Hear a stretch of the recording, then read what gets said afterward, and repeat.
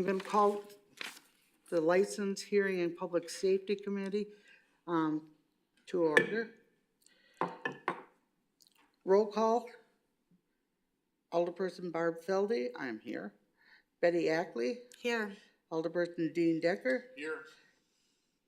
Alderperson Joe Heidemann. Here. And Alderperson Amanda Salazar. Here. Okay, if I'd like everybody to stand and pledge allegiance, if you can stand. I pledge allegiance to the flag of the United States of America and to the republic for which it stands, one nation, under God, indivisible, with liberty and justice for all. Thank you. Introduction of common council committee members, staff, and guests. Amanda, we're going to start. Sure. Alderperson Amanda Salazar, District 3. Alderperson Betty Ackley, District 4. Alderperson Barb Feldy, District 1. Alderperson Dean Decker, District 6. Alderperson Joe Heidemann, District 10.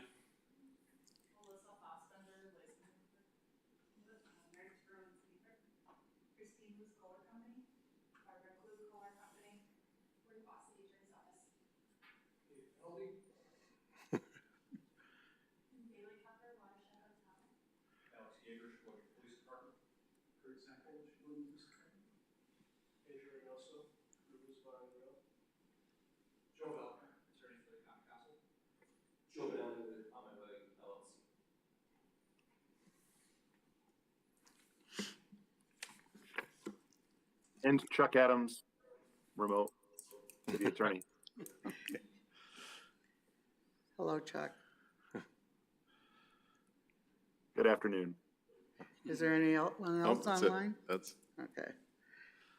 Okay, I'm looking for approval of the minutes from May 25th, 2022. I make a motion to approve the minutes from May 25th, 2022. Second. All in favor say aye. Aye. Opposed, nay. And we have an approval. We're on number 6, quasi judicial hearing to determine whether alcohol beverage license number 2301, one more time LLC, Mojo, Joseph P. Bonelli, agent, shall be suspended or revoked. Is there somebody here from?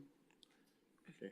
So, yeah, this is a formal hearing, so I think Attorney Velkner will be representing you as a counsel. I'll be prosecuting the matter on behalf of the clerk's office, and Mr. Bonelli, I believe, is here as well. So I'll wait to start until I hear that we're ready to go. I don't know if Attorney Velkner probably should be close to a mic so that he can advise you, but also be heard.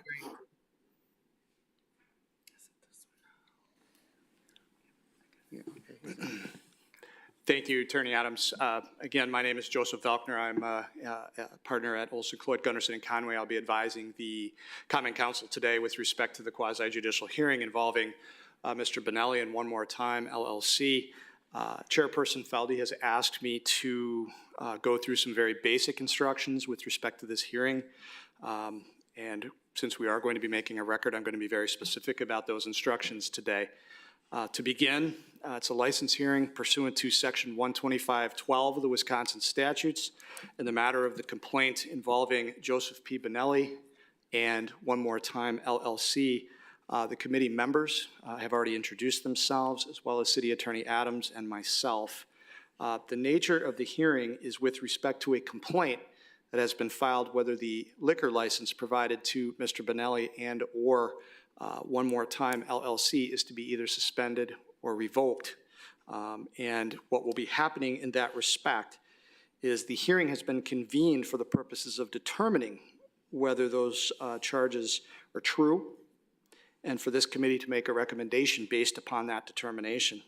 The committee will investigate and consider all of the charges through inquiry to both sides, as well as considering the evidence that is presented by both Attorney Adams as well as Mr. Benelli and/or any witnesses he may present.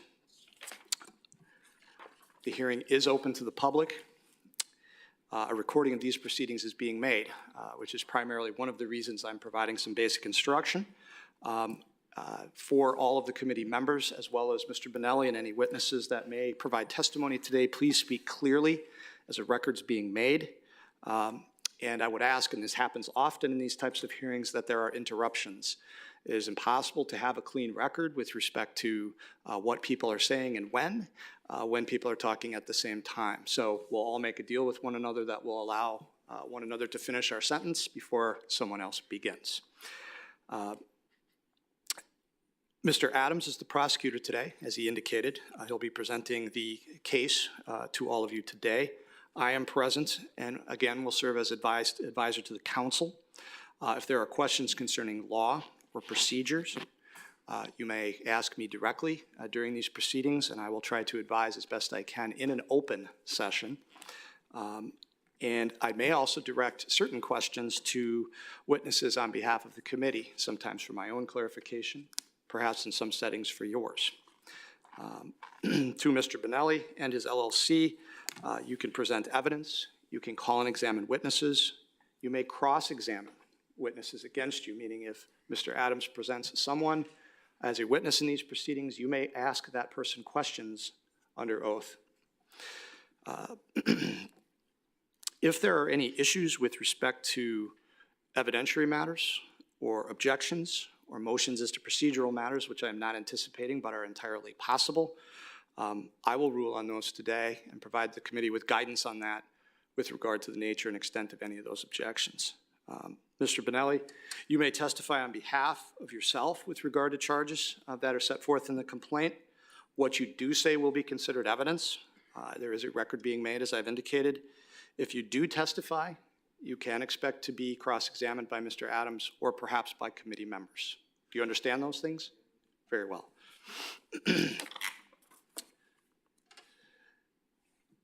What I am going to do at this point is turn it over to Mr. Adams, who's going to be presenting on behalf of the city with respect to the complaint that's been filed.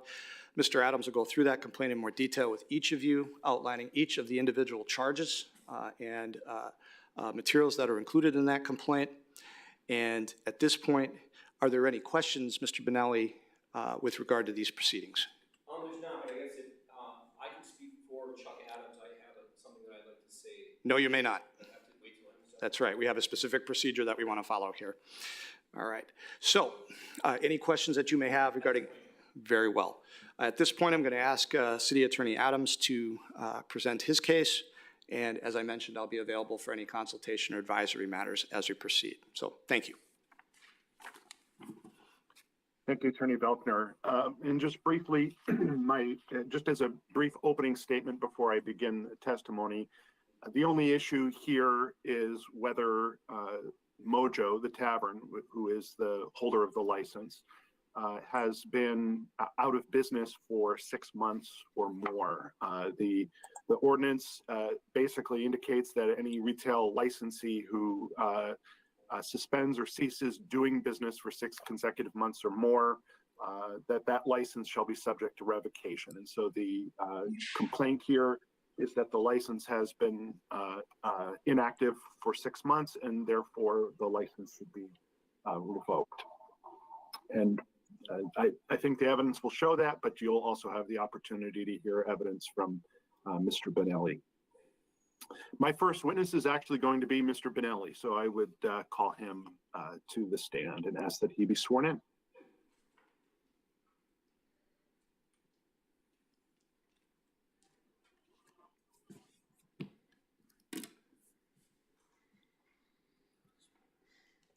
Okay, Mr. Benelli, could you state your name and spell your last name for the record, please? It's Joe, and the last name is Benelli. B as in boy, Onelli. Mr. Benelli, you're the agent listed for license number 2301 held by One More Time LLC. Is that correct? That is correct.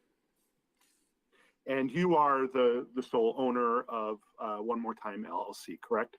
Correct.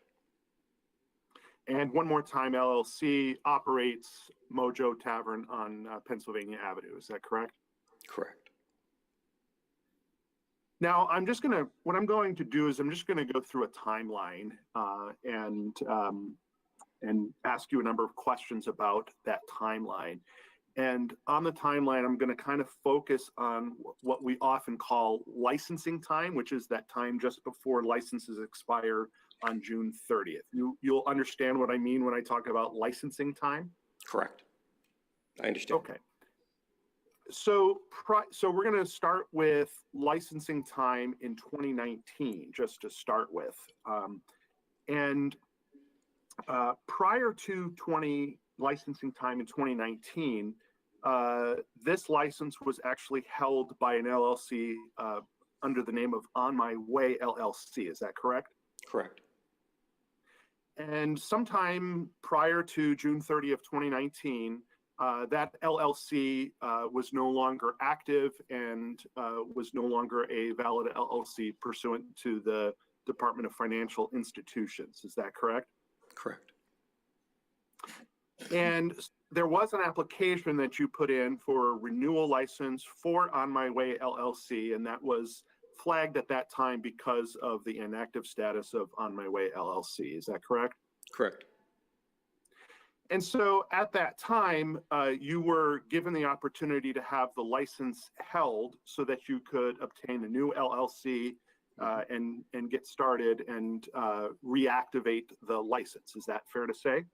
Fair to say. Now, prior to this, during those months prior to June 30th, 2019, you were open to the public, but not on a 7 days a week type of basis. Is that fair to say? No, prior to June 19th of 19, we were open on a very regular basis, 7 days a week. You recall, though, that you actually did business with me and my church, and there were a number of days you weren't open that we had to schedule an event in your upper room up there. You recall that? That would have been after June 9th of 19. Well, it would have been actually in June of 2019. Do you recall that? In the very beginning, no, of June of 19, we would have been open 7 days a week. After June, we would have definitely been open on a more here and there basis, not 7 days a week. In fact, you would have actually had to have been closed from July 1, 2019 until the license was issued by the Common Council to your new LLC. Is that correct? That is correct. And so that license was issued to you, approved by council on August 19, 2019, correct? Correct. And so after that, approximately a month and a half, just a little bit more of being inactive and closed because you didn't have the license, you were able to reopen, and you opened on kind of a part-time basis at that point. Is that correct? That is correct. The next contact with you at that point by the city was in November of 2019, when the former licensing clerk, Julie Wick, contacted you about concerns about whether you were open to the public. Is that correct? That's correct. And at that time, she contacted you and asked for you to provide information about whether you were open and when. Is that correct? If I recall correctly, I think that sounds right. Okay. I'm being told you weren't sworn in. Perhaps we should just swear him in and ask him to tell the truth, the whole truth, and nothing but the truth, and then I'll ask him whether everything he said previously was all true. Yep, that'd be me. Do you swear to tell, put your hand up, please, your right hand. Do you swear to tell the truth, the whole truth, and nothing but the truth? I do. Okay, and everything you have said before you were sworn in is record now? Is And now record is correct. And you swear that's all true? I do. Perfect, thank you. Thank you. So,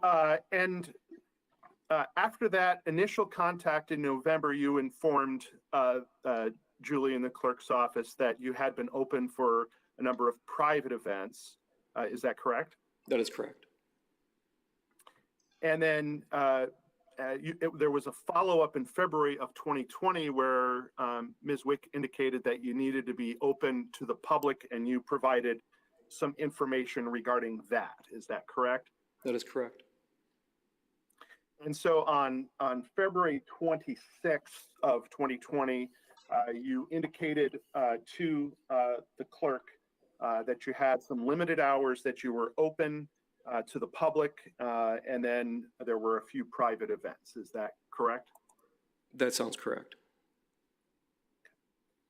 And so you then applied for renewal of the license prior to June 30 of 2020 at that time. Is that correct? That is correct. And that license was approved then at that point, given that it had been less than 6 months since that contact in February of 2020. Is that correct? That is correct. Now, there was no investigation during the 2020-2021 license year, and we'll get into that as to why there was no investigation.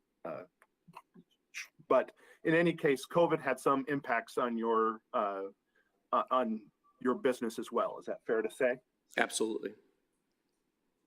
And you applied for renewal of the license then again prior to June 30 of 2021. Is that correct? That is correct. And you were granted the license then again at that point. Is that correct? Correct. It's fair to say during that entire period of time, both during the last few months of the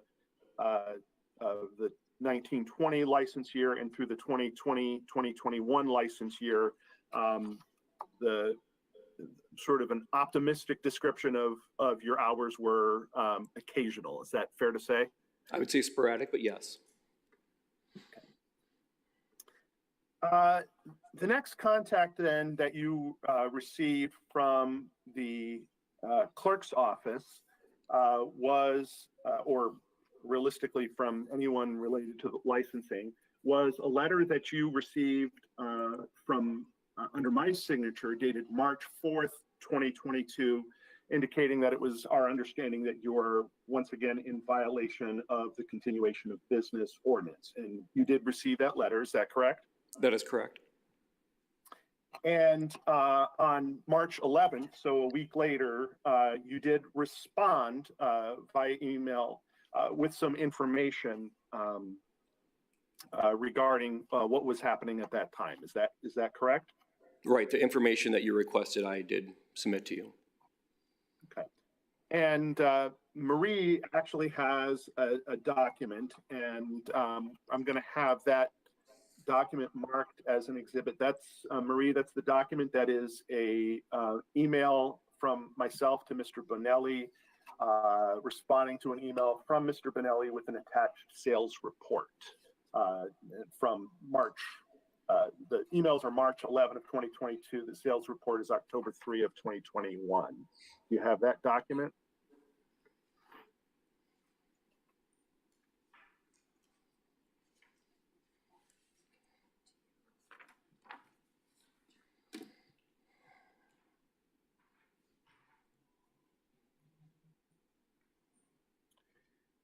And we'll consider that Exhibit 1, if that's all right.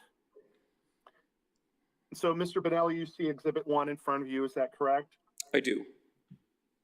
And Exhibit 1 does provide it's that email that we talked about, and you indicated that you've attached daily log for October the 3rd of 2021, showing that you had made gross sales on that day of $247.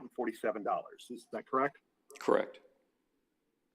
And so based on that, you received a request from from me, and Marie, this is going to be the next document that we'll have marked as Exhibit 2. That's an email and an attached sales report from the same day with more detail.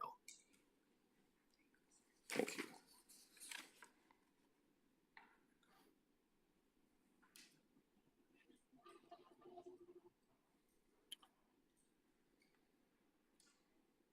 And we'll consider that as exhibit number 2. And Mr. Bonelli, you see exhibit number 2 in front of you, is that correct? I do. And that was in response to my request for a little further breakdown to prove that you were actually selling alcohol at that time, is that correct? That is correct. And you did, in fact, provide a sales report, which is the second page there, that showed that while $152 was food and $8 was soda, there was 3 categories of alcohol that you sold on October 3rd in the amount of $59, $22, and $6. Is that correct? That is correct. And so based on that, you had a conversation with the clerk's office in mind, indicating that we would accept October 3rd as a date that you were open, and that your 6 months would then run out on April 3rd unless you were open once again after October 3rd. Is that correct? That is correct.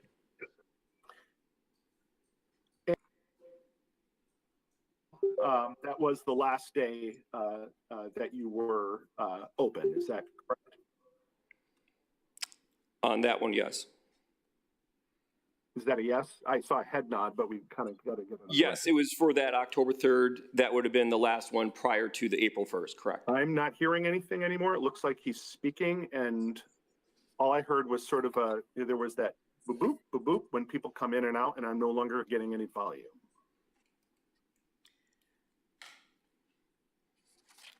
Scott, do you want us to try the other lectern? Okay, no, I hear it now. I Right. think it was an issue with the go-to meeting. Okay, Mr. Bonelli, I didn't hear your answer, so could you repeat your answer for me? Yes, that would have been the last one prior to the April 1st, correct? Okay. So let's move to April 1st. You had received, again, information that April 3rd was going to be your deadline for reopening, and you had some conversation with myself and with Melissa Fassbender from the clerk's office about that. Is that correct? That is correct. And you had indicated that you were going to try to open at least one day prior to that deadline. Is that fair to say? That is fair to say. And you did eventually provide some information regarding that. Is that correct?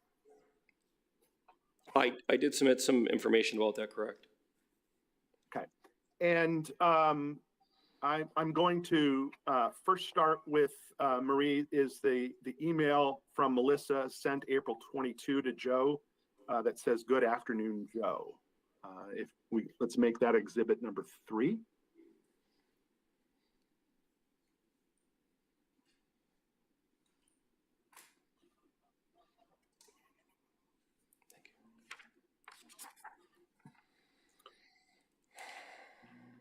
Mr. Bonelli, you have exhibit 3 in front of you. Is that correct? I do. Do you recall receiving that email? 1 second, please. Yes, I do. And that, in essence, is an email requesting you to provide certain information regarding the day that you had alleged that you were open, which was April 1. Is that correct? That is correct. And the email talks about some things like screenshots about social media and receipts. And that's because you had provided some information to Melissa that you would be able to provide that information to her. Is that correct? That is correct. Now, we had some discussion about this matter as well. Is that correct? That is correct. And one of the things we had talked about is that one of the things we were going to look for is some advertising of the event. Is that correct? That is correct. Now, you did provide a couple of pieces of information to the clerk's office. And so Marie, let's start with the Facebook feed. That's an email dated April 25th that says, "Hi, Melissa," and then two attachments with that.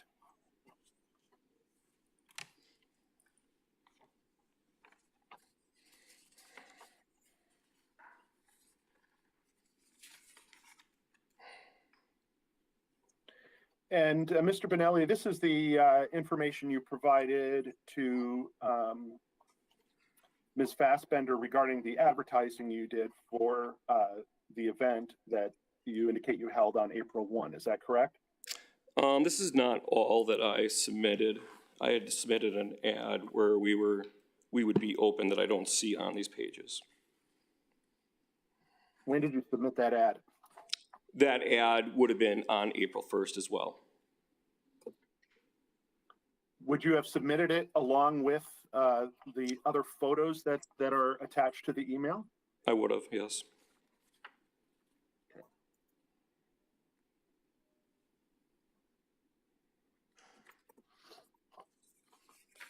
You also, let me just have you describe the pages that are attached to the email dated April 25th. What do those show? Those are showing that my bartender's there with the open sign. It would show patrons at our facility that my lawyer had submitted, and it would show people in the facility on that April 1st.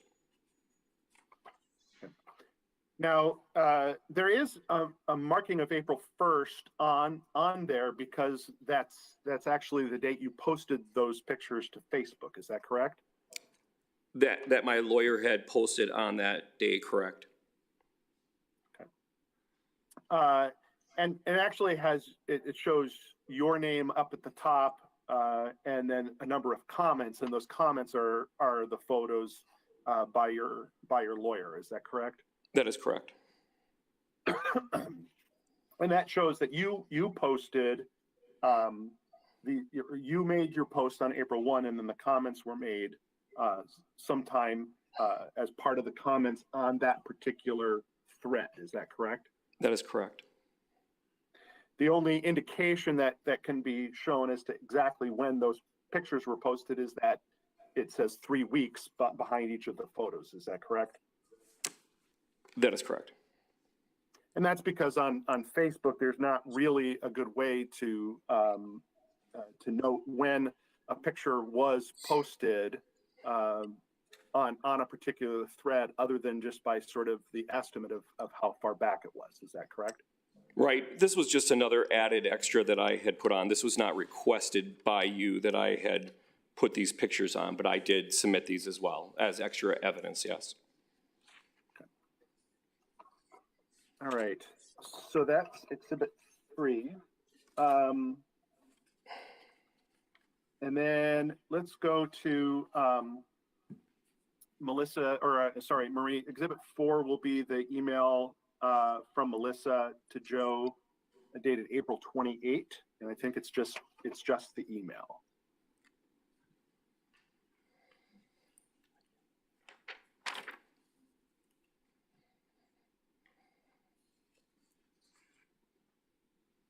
We'll have that marked as Exhibit 4. And Mr. Benelli, you see that exhibit as well? I do.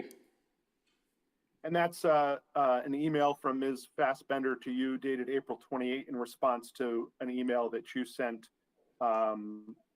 dated April 25th when you provided this information to the clerk's office. Is that correct? That's correct. And the email that you sent, which is the lower of the two emails on the string, indicates that here are the pictures of your Facebook showing an ad and some customers enjoying themselves. Correct.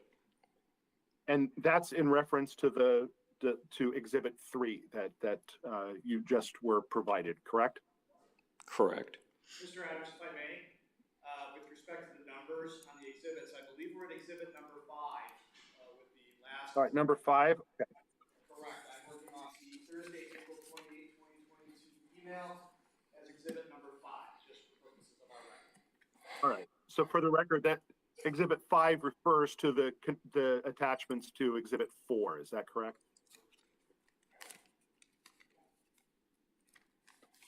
Is that correct, Mr. Benelli? That is correct. If it would be 4, there'd be 5, right? Yeah. Okay.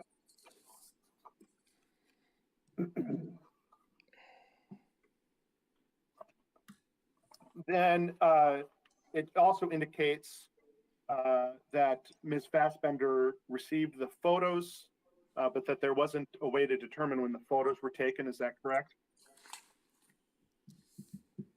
Right. She said that through her Facebook, she could not, since they have limited internet, she could not see a date on there. Right. And then she asked you to submit the receipts from the sales from that day as well. Is that correct? That is correct. So you hadn't actually provided the receipts at that point. It was just those photos. Is that correct? That is correct. So then let's go to the next exhibit, which will be exhibit number 6. And Marie, that will be the email from Mr. Benelli dated May 6th with the attachment.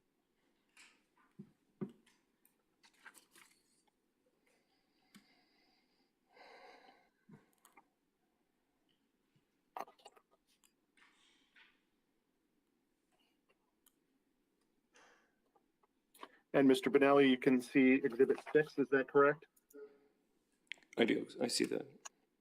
And that is in fact an email along with the attachment that you sent, is that correct?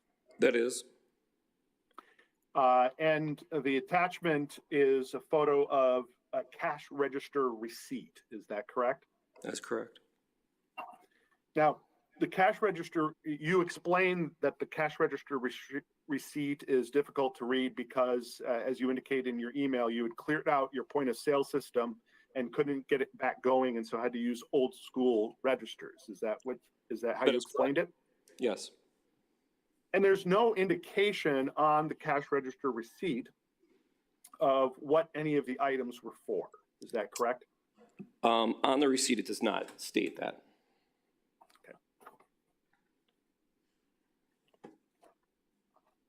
There's also no indication on whether this was a public or a private gathering. Is that fair to say? There's nothing stated anywhere that it was not open to the public, no. Nor the other way around, that it was open to the public. Is that fair to say? There's no indication one way or the other. There was just the ad on Facebook that said we were open, and it doesn't say that it was a private. It was saying that we were open. So I guess you could say that it was open to the public.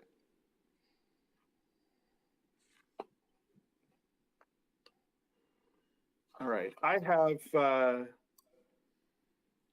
no further questions of Mr. Benelli at this point.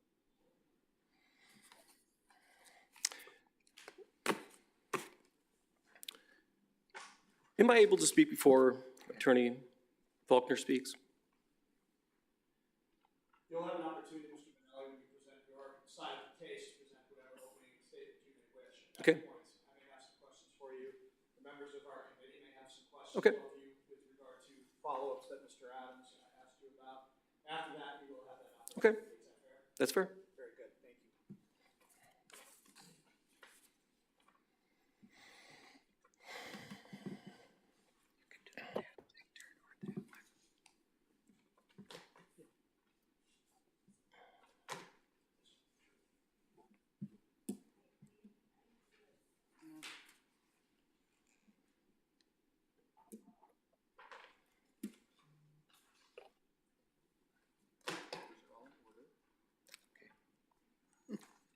Thank you very much.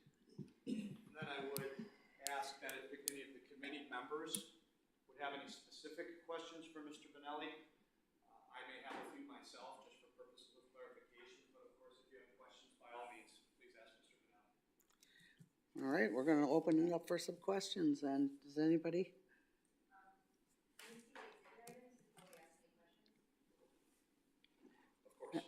We only have, we only have one copy if you wanna.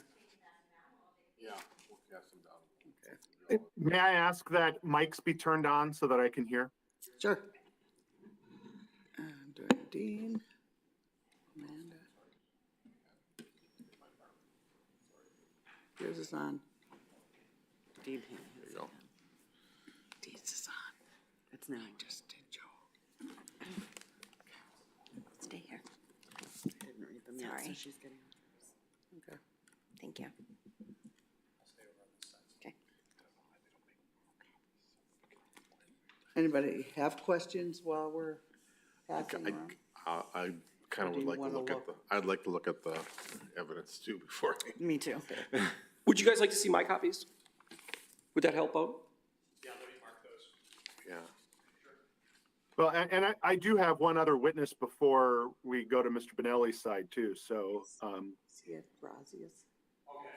Yeah, he's at Grouse. So you can, I do have some questions in terms of live reviewing those.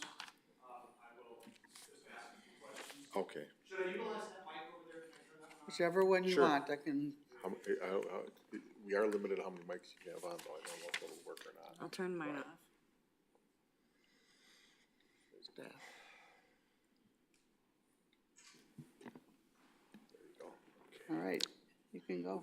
All right, very well. While the committee members are reviewing the marked exhibits to date, or that we've had marked up to this point in the proceedings, Mr. Benelli, I do have a couple of questions for you, more for my own clarifications than for any other reason.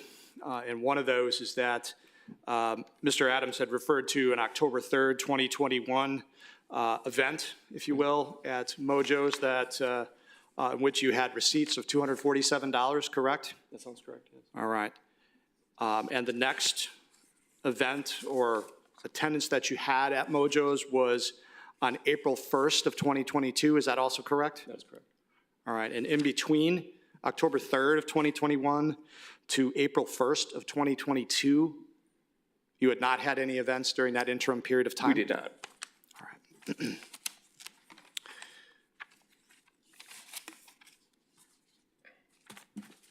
And one other question that I have is with respect to, as of April 1st of 2022, did One More Time LLC or Joseph P. Benelli hold a sales license, sales or use license for the sale of any goods, food, liquor, beer, or anything of the sort? I'm sorry, could you repeat the question? Did you hold a sales license for that Hold a period of sales time? license? Yes. Very well. That's all the questions I have. Thank you. Are there any other questions that you want to give before you get to look at the exhibits? Amanda, I have a question. yeah. Okay, go ahead, Amanda. So for the actual Facebook post that you shared, that you turned in, it's, you actually, it looks like you've posted sort of a comment, and then underneath, those have posted sort of images. Are you saying, what you submitted in as you're saying that that event was April 1st, or you're saying that you've held something prior to April 1st? Nope, I'm saying April 1st was the event. Okay. Was not the event, was us being open. So the photos that the gentleman posted underneath your name are from April 1st? Correct. Okay.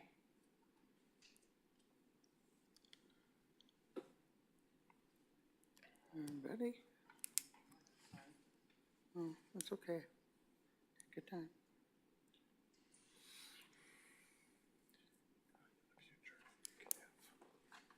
I'm gonna pass them to you. Joe and I can kind of, Keep them in order. okay.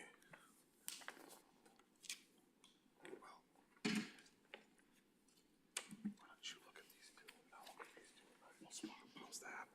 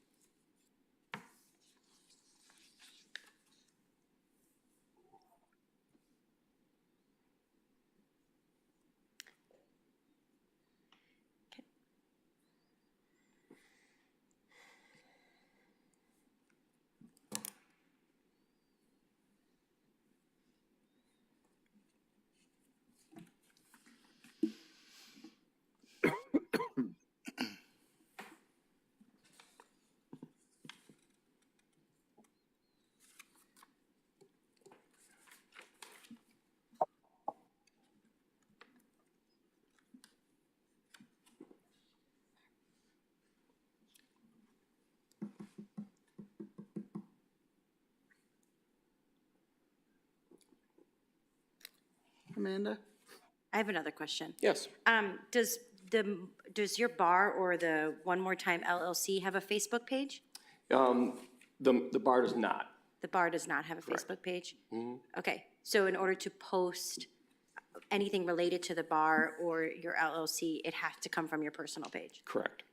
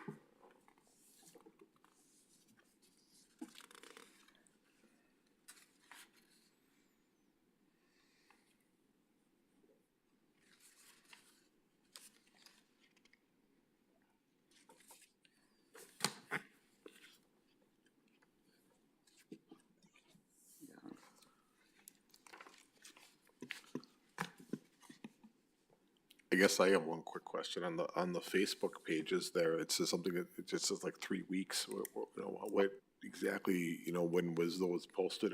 It's very difficult to determine when. Right, so they're posted. when I sent them, that's when I took a screenshot of them at that point, when I sent them in. And when it says 3 weeks, that means that it was posted 3 weeks ago, which would be on April 1st. Okay.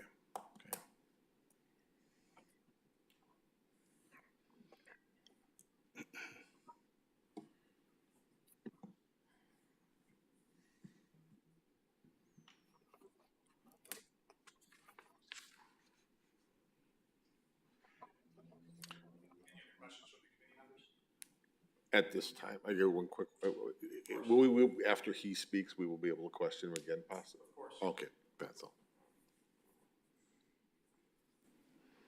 All right, with no further questions, Mr. Adams has indicated that he has a second witness, so I would ask him to present his second witness. Mr. Benelli, you can take a seat. Thank you. I would call Melissa Fassbender to the stand.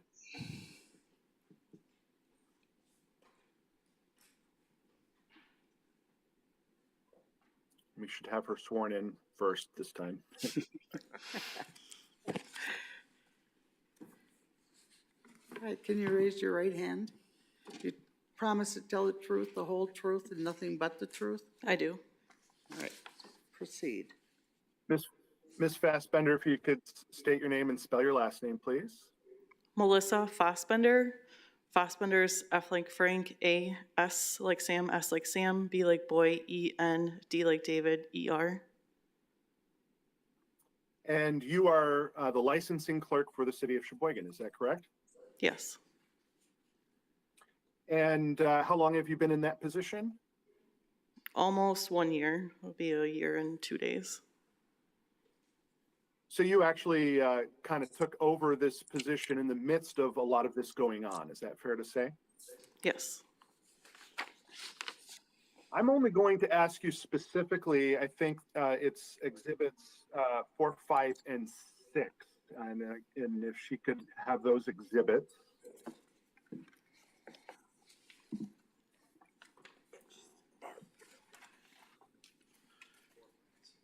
You need these?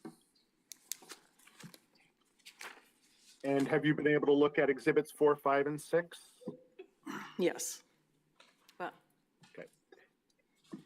And in those exhibits, there are a couple of attachments that were sent to you via email by Mr. Benelli. Is that correct? Yes. And one of those is the attachment with the receipt. Is that correct? Yes. And the other is the attachment with the photograph from the Facebook page. Is that correct?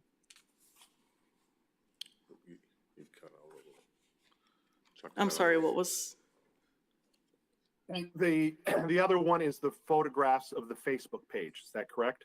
yes, And do those represent the total of the documents that you received from Mr. Benelli as far as the evidence that he was open on April 1st?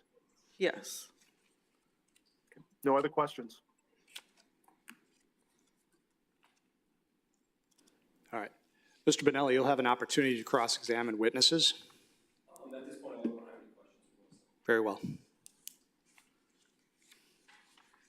Do we have any other questions from the committee?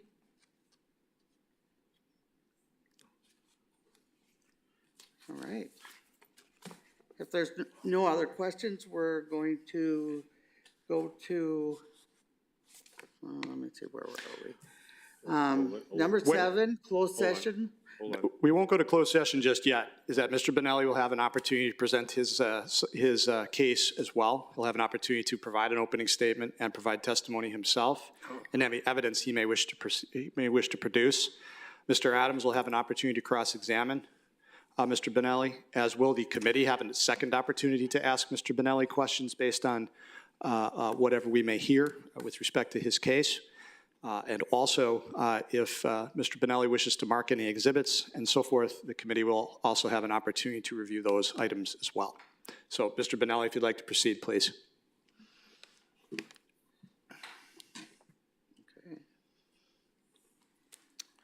At this time, I would actually request an adjournment on this issue.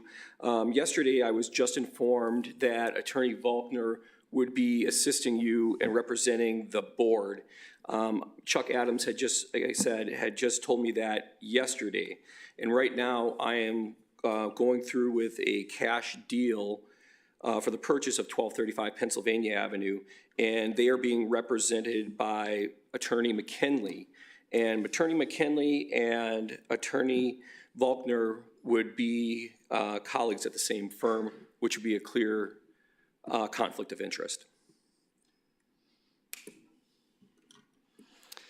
The conflict of interest would arise as if I had an adverse interest to the transaction itself, which I don't. Mr. McKinley is obviously assisting in that transaction. Your request for adjournment is noted.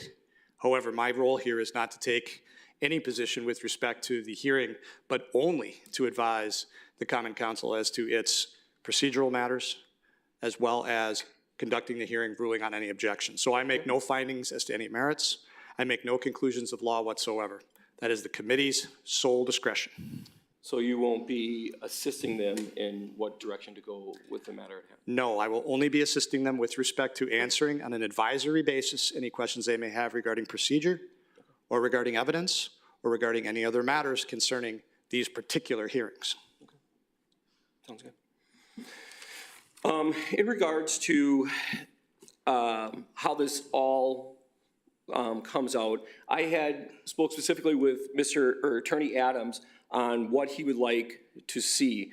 We were coming up on our 6th month, and I wanted to make sure that we did whatever possible, whatever we needed to do, the easiest way to continue our license. And we had talked about a couple different ways of doing this. He said I could request an extension.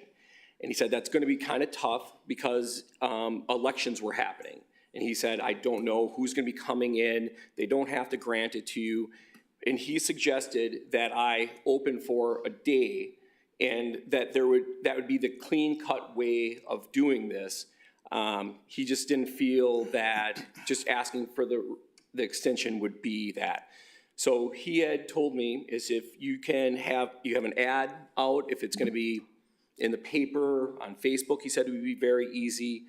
You could do that, and then if you would have to have receipts for liquor through one of our distributors if we were going to purchase something for sale that were going to be of that day, or if we just had stock, that would be it. And then he said if you can just have a receipt of sales. So that would have been the last day of March. So I had to hustle and to do this to get open before the 3rd, because the first would have been a Friday, then it would have been the second, the third would have been a Sunday. So we had to hurry up and do this. I reside in Georgia for a part of the year, and that's where I would have been. So I was gonna have to call on favors to make sure that we were open. But our facility is turnkey, it's ready to go. We can do these events and we can be open to the public and a drop of a hat. So that's what I had to do. It does look a little odd on our Facebook post, what we wanted to do. We didn't want to attract a lot of people. I was asking favors for people to be open. We had a licensed bartender. My father was there. My lawyer was there. This was open to the public. That's why our Facebook page looks like that. The ad looks like that because, I said, Mojo open. And I didn't want a flock of people coming for this opening.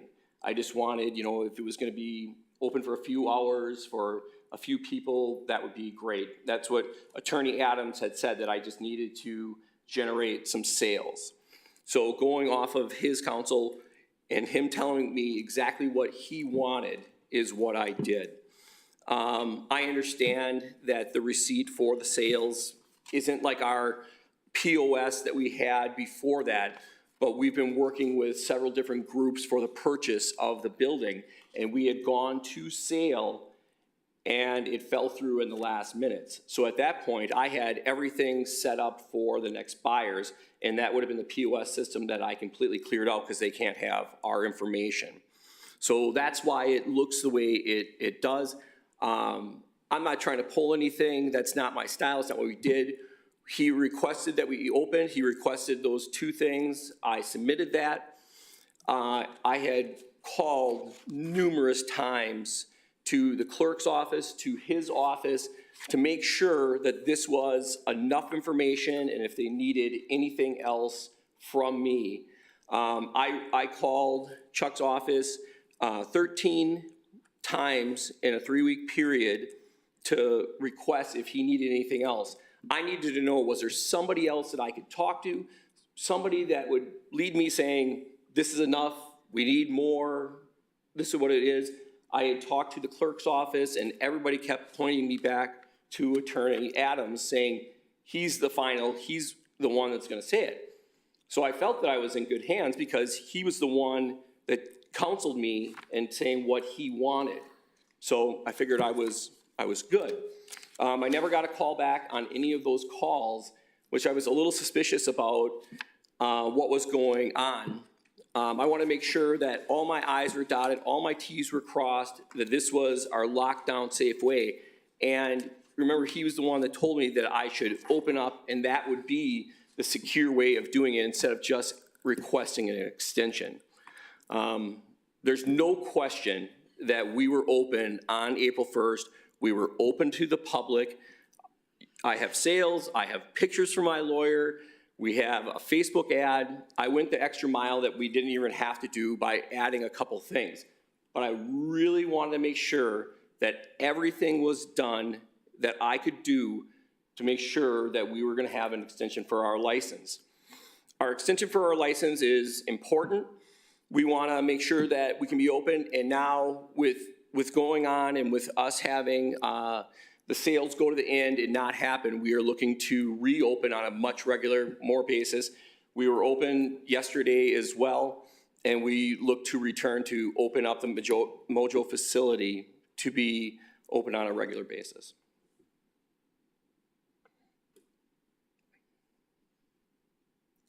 Is there anything else? Can I ask a question?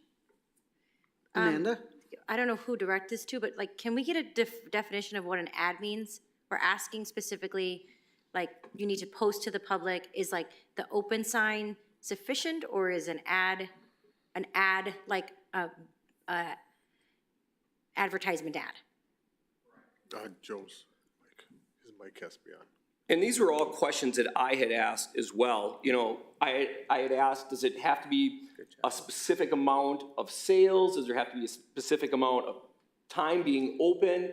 And there wasn't an answer to that saying, you specifically have to be open for 5 hours. You have to have X amount of people, X amount of sales There was no definition of the ad. Attorney Adams had said that a Facebook ad was sufficient, that would work, that it didn't need to be in a newspaper, the Entertainer, or anything like that. So what you submitted is a Facebook status, and you're feeling that you feel is sufficient of an ad to the public? That's what I think, yes. Okay. Can I cross before we get to the Alder questions? Certainly. Sure. So, Mr. Benelli, you were given basically two options of what you could do. And those options were to either reopen your bar or to request an extension to reopen your bar. Is that correct? That is correct.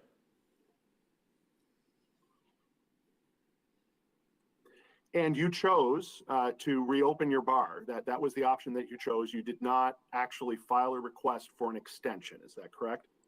No, you had said that I didn't need to do that. You said if I were to be open, that would be suffice, that I didn't need to do both of them. Well, you were said provided there would be a two time. options as to what you could do, and you chose one of those options. Is that correct? Through your counsel, yes. Well, I'm not your lawyer, am I? No, but everything leads back to you, and this is what your suggestion was to me, was to do that was a safe and secure way of doing it.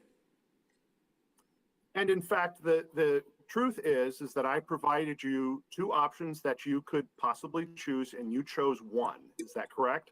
Right, because you said that this would be the clear-cut way of doing it, that I would have less chance of anything going wrong, that if I were to do the extension, I'm sorry, I'm speaking, that if I were to do the second one, that there was a chance that they might not grant me an extension. So you said you thought the first option was the clear-cut, easy way, and I had repeated that 3 times to make sure that that was a clear way of doing it. This is not my forte of doing this part, so I have to lean on Attorney Adams or other people to make sure that I'm doing the right thing. That's all I can do, and that's exactly what I had said to Attorney Adams. I said, I just need to know the right way that we're doing this. I don't need to pull any punches. I don't need to do anything. I'm fair and honest, and that's all I want to do. I don't need to do anything else. So through your counsel, yes. So, and in fact, I never advised you to do one or the other. That's correct, isn't it? That is not correct. You would advise me that if I were to reopen, that would be the clear-cut way to do it, that it would, I would have less chance of anything else going wrong, and that I would be extended. I've never signed anything saying that I could advise you as your attorney. Is that correct? That is correct. And I've very clearly indicated to you that I represent the city of Sheboygan. Is that correct? That you would be in counsel, that you would be with the council, and that you advise them, correct? Okay. And that I do not advise you. Is that correct? Right, and I turn to you because you advise the council. So if you're telling me that this is what I should do and you're advising the council, then I feel that that's obviously the right way of going. Am I wrong in that? And in fact, I never told you to take one particular path or another, and in fact told you that I cannot advise you in such a way because I represent the city of Sheboygan, correct? No, I don't recall you saying that. No, I don't. I really put myself in your hands because, like I stated, if you're going to be reprimanding, if you're going to be talking with the council and you're going to be doing that, if I'm doing everything that you say, then I'll be good to go. The only evidence that you've provided that you were open on April 1st was that receipt and those photographs that you provided to Ms. Fassbender. Is that correct? Right. You had said if I were to submit an ad and receipts. Going beyond the question that I've asked. Mr. Benelli, when you're asked a question, please limit your answers to what Mr. Adams has asked you. You will be allowed to provide further statement on redirect. Okay. Go ahead, Mr. Adams. No further questions. Do committee members have any questions for Mr. Benelli?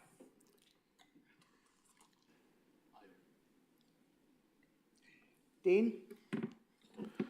I guess my questions I have are, you were aware of the 6-month thing for the entirety of this. Correct. When did you start working on, realizing that you were coming up on the 6-month, or did you wait until the clerk's office advised you that you were up on the 6-month, or, I guess my question, that's what my first question is that. Yeah, I definitely knew when it was coming up. I knew when we had done sales. Like I said, we had 2 groups that we were going to the final sale, and I think at that point, I didn't need to open up because we would have been closed for, and sold and purchased at that point. We were strung along the whole way, and then it came right down to the very end. I don't like to operate that way, that, going down to the end on it, but we were really confident that it was going to be purchased.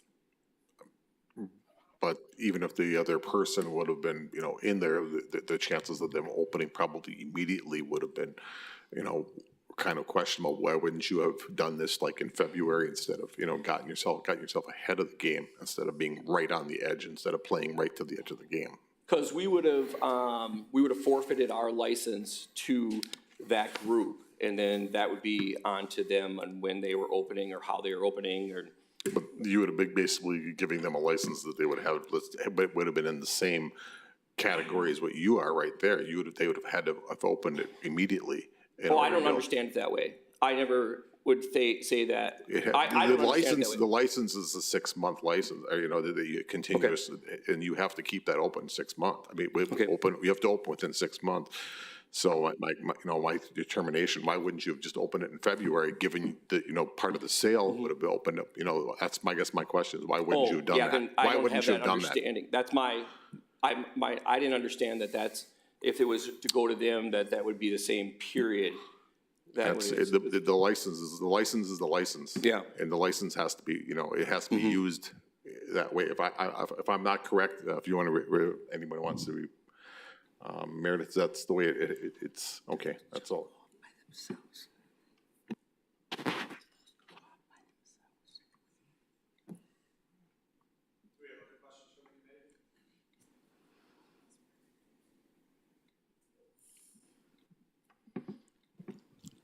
Are there any other questions? Here we go. I don't have them at this point, but I could definitely get affidavits of people that were at the facility that day that purchased drinks, and I can do it with my bartender as well.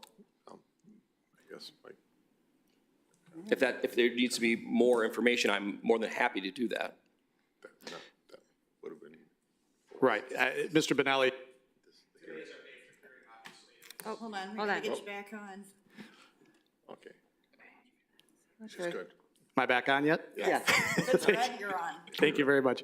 Mr. Benelli, today is the day for our hearing, and evidence that is presented needs to be presented today. Now, that notwithstanding, certainly today in today's proceedings, you're going to have an opportunity now to add anything you might like on redirect, and Mr. Adams will have one opportunity to recross. So if there's anything you'd like to add at this point, please do. Well, as I stated before, I had called Attorney Adams 13 times within a 3-week period, and I was getting ahead of it and asking him. I didn't know when the last meeting was that we had got turned down, and I wanted to make sure that we had all the information. He never returned my phone calls. Nobody from his office had returned my phone calls, and I wanted to make sure, and I don't know why I wouldn't have been received a phone call and explained that I did need more information, that they didn't like the receipts. I don't know. I guess at this point, the last meeting, I don't know why we were turned down. Nobody's explained that to me. I had talked to Kathy, who would be in Attorney Adams' office, and I had asked her, is there somebody else that I can talk to? Is there somebody on the council that I can talk to? Is there somebody that's going to be in the clerk's office that I can talk to find out why we didn't pass and if there had to be more information? And nobody could give me that answer. And really, right now, I still don't think that I have that answer of what that is. We were, without a doubt, open that day. I don't understand why this is. I really feel that the council and business owners, we should really be working together. This is not where we should be fighting against each other. They had requested that I've been open. They requested things of me. I submitted those things. If it needed to be something else, then I needed to know that. But within 13 phone calls, with mass emails, nobody could tell me a clear answer of what was needed. When I talked to Attorney Adams, he told me what I needed, I submitted that. If he wanted something more, then I was all ears, and I would have done that before the last meeting or this meeting. I can do that. You know, I don't know how much more I could have done. This is not, you know, trying to find this needle in the haystack and doing this. We should be working together. This is what this committee, this council should be about. We should have communication on this. You know, this shouldn't be something like they're going to catch me in something. I was open on April 1st. I did what Attorney Adams had requested. If there needs to be more, if there needs to be other things, I would have loved to known that, and I would have absolutely provided it. I'm not trying to be here and be difficult. I'm not trying to, you know, have other sessions. I would like this to be a very easy, great communication and relationship, because I think that's what it should be, is a relationship between us. And that's all I have to say at this point. Very well. Anything else you'd like to present, Mr. Bonelli? Any documents, anything further? At this point, I do not. Very well. Mr. Adams, would you like to recross? No recross, but I would like to make a closing statement at the appropriate time. Very well. I think at this time, a closing statement by Mr. Adams is appropriate, and then Mr. Bonelli, you'll have an opportunity to provide the same. Thank you. I think the clerk's office and through our testimony here has provided sufficient evidence that the license should not be renewed. In essence, what you've got is, besides the testimony, you've also got the documents, and I think those 6 documents really kind of tell the story.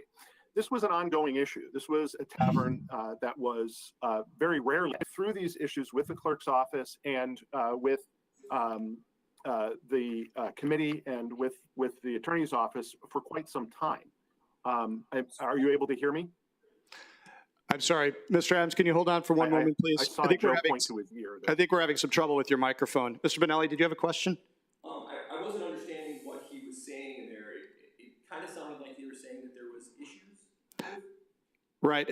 Mr. Adams, it was a little difficult to hear you because your mic was breaking up or there's some type of conductivity issue or so forth. If you could go back a few steps and repeat yourself, that would be appreciated so Mr. Bonelli could hear you. Okay, I'll start over. Thank you. So I believe that we've made our case that the license should not be renewed, and that the reason that it should not be renewed is because the licensee suspended or ceased doing business for a period of 6 months or more. This is a matter that really has been ongoing over a period of approximately 3 years. 3 years during which this business has really only rarely been open to the public. And this was a business owner who was well aware of these concerns and well aware that he needed to be in, he needed to follow the city's continuation of business ordinance. He had been dealing with it, as you can see from those exhibits, for some time. I'm going to specifically, though, point you to a couple of things. First of all, it's pretty clear that there is a fairly large difference between the items that were provided previously, and especially related to the October event, and what was provided related to the alleged April opening of the tavern. And I think that in and of itself presents some concerns about Mr. Bonelli's credibility. I think there's also just even his own statements during his testimony show some lack of credibility that needs to be taken into account. But what we do have, and what is very credible, is besides the testimony of Ms. Fassbender about these being the only items that were provided to show that he was open on April 1st, but we also have the emails back and forth explaining what had been happening.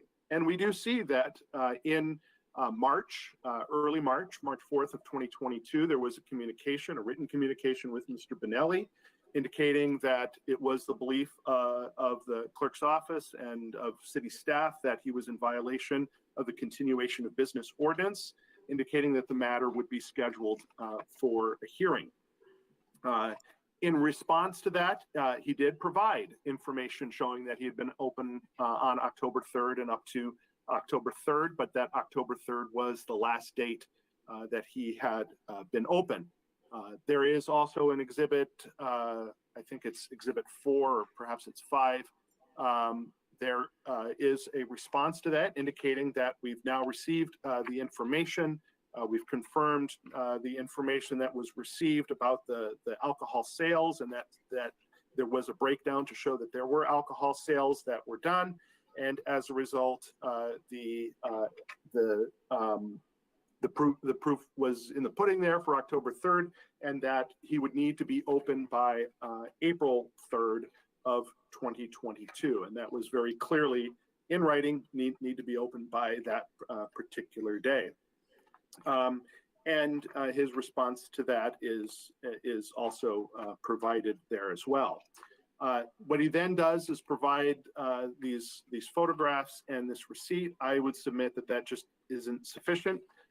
And so that's the reason that we continued with this hearing today.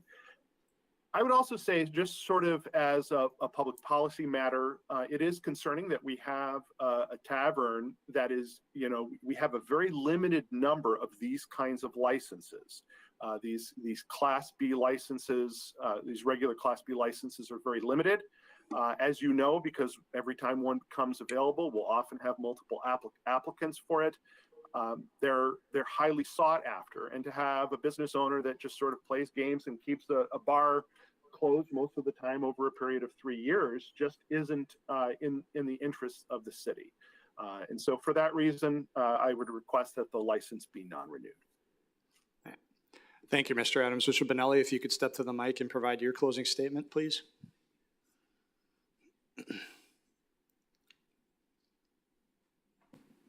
I take to heart what Mr. Adams says about me playing games. This is a tough time. This has been a tough time for the last few years for a business owner to try to navigate through COVID and the employment issues. This is absolutely impossible to navigate through, and we've done it. We've come through. We're ready, to be open on a more regular basis. We've sifted through all this, all the times, all the bills, where we had no idea if we could be open, should we be open, is it the right thing, is it the wrong thing? This is a tough thing to navigate through. There was no template on this saying, this is the pandemic, this is how you deal with this. There's the shortage of employees right now it was always bad. Now it's almost impossible. So I think we did a great job of navigating through this. This is not a game to me. This is my livelihood. I'm here. I'm asking, what can I do? What should I do? That's what I need to know. There isn't a cut thing. There isn't somebody saying, this is specifically what an ad is. This is specifically what your receipts need to look like. There's nothing like that. And I've asked, repeated again. And to Attorney Adams, I called 13 times. Not one return phone call. Not one return phone call from anybody in the office. I was told I would receive a phone call back, and there wasn't. I had asked, I said, I was told I was gonna get a call back. And they're like, well, we didn't get our time with Chuck, and so we didn't have an answer. But I was told I'd get a call back, and I didn't. All I needed to know was, what specific information do you need? And I will get it.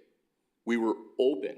There's no question that we were open. I am not stretching this. I'm not trying to weave in between the rules.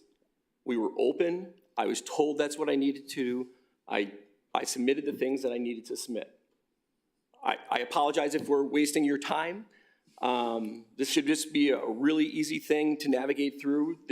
There are taverns that do the same thing all the time. That's what Attorney Adams told me. There's you just need to be open one day within that 6 months. There's quite a few bars that do it.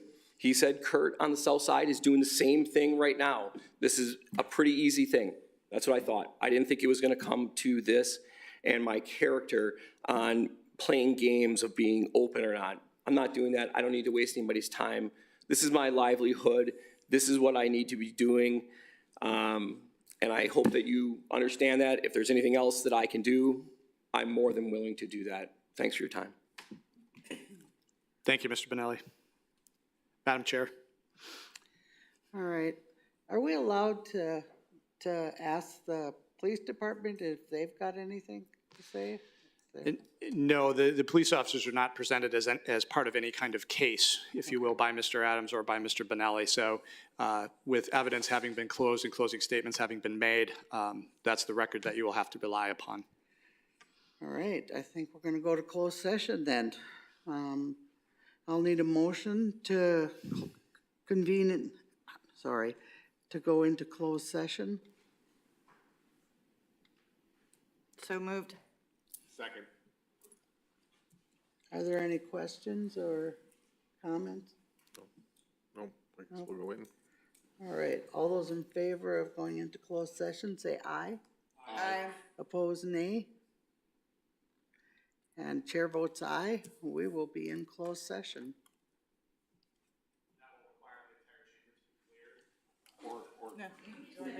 Or we can go in. All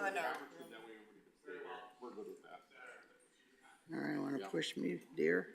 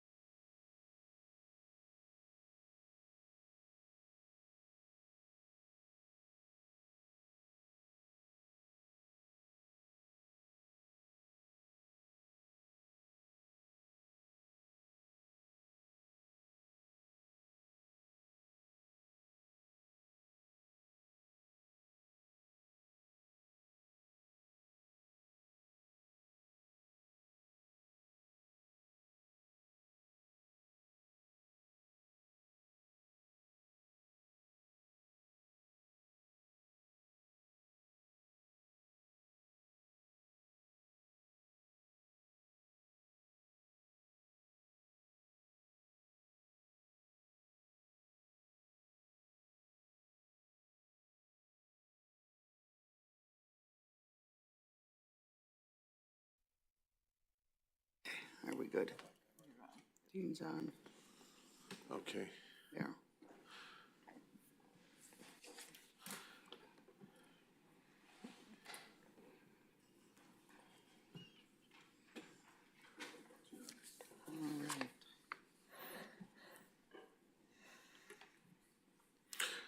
Do you have to make a call? Okay, or- I'm gonna make a motion to reconvene to open session. Okay, I'll make a motion to reconvene. Second? All those in favor say aye. Aye. Opposed, nay. Motion carries.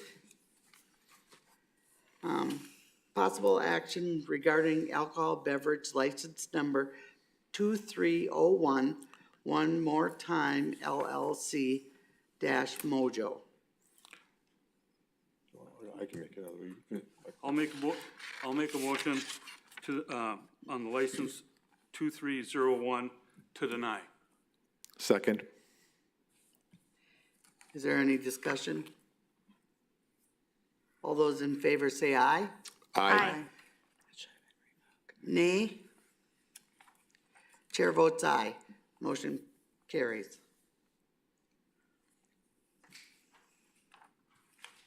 Number 10, items for discussion and possible action. RO number 9/22/23, 5/2/22, by city clerk submitting various license applications, Class B liquor license, application number 3539, Reynoso Properties LLC, Google Bar and Grill, Pedro Reynoso Jr., agent, hearing regarding denial of license. And Okay, so this is another one where this is not a formal hearing. This is because this is a new application, but Attorney Velkner will be advising the council as well and the committee as well on this one, as I have advised the staff on this one as well. It's not as formal of a hearing, but I will present our reasons for recommending denial of this new application. It is a new application for a license. What has happened here is that the former license holder, which was Indiana Joe's Tavern, released the license contingent on it being received by Mr. Reynoso's business. And so it is a new application. And because it is a new application, we don't have the same formalities, the same high level of requirements that are required to non-renew or to revoke a license. But you do have to consider the evidence. And so in this case, it's a more informal thing. So I would just ask that, Alex, well, let's deal with this first. Let's have Melissa come up, and I just have a couple of questions for her, for Melissa Fassbender.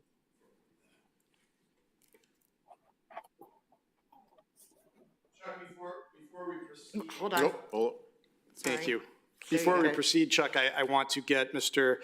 Benelli has asked for the copies of the exhibits, and I'm having a difficult time locating those. But for the record, I'll indicate that upon locating copies of exhibits 1 through 6 of the prior case, I will forward these to Mr. Benelli on behalf of the council, and because we'll want to keep the originals for the record. So, Mr. Benelli, I will forward those to you. Once they're located, I'll have them to you within a number of days. Thank you.